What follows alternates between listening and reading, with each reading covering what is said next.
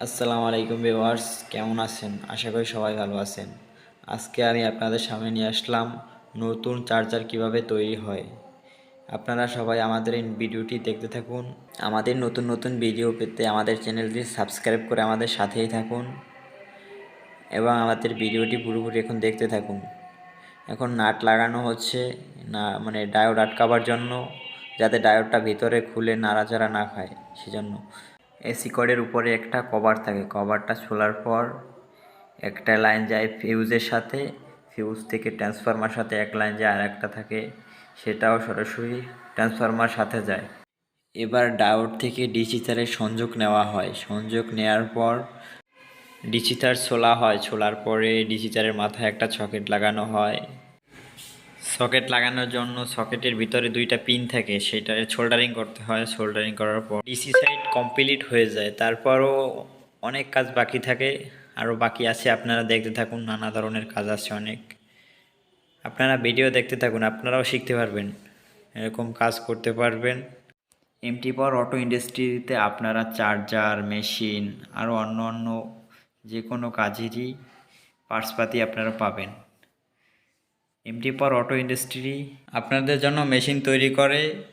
আপনারা এই জায়গা এমটি পাওয়ার থেকে মেশিন কিনতে পারবেন।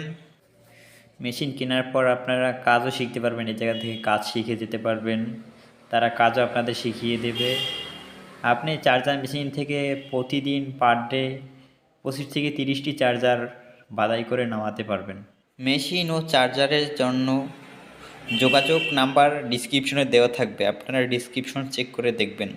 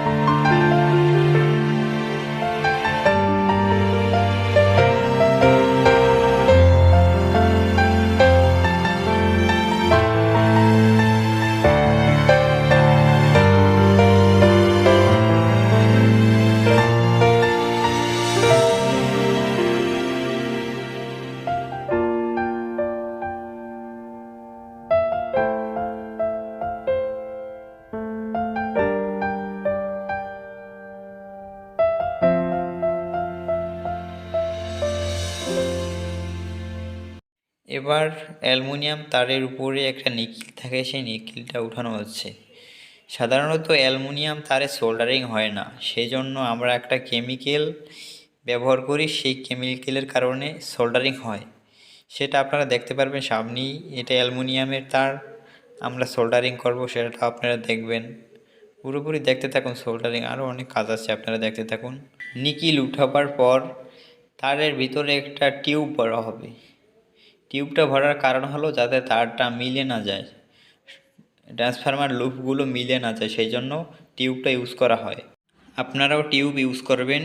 টিউবটা ইউজ করার কারণ হলো একটা সেফটি থাকবে, যাতে লুপগুলো মিলে না যায়, শর্ট সার্কিট না হয়, সেই জন্য টিউবটা ইউজ করা হয়।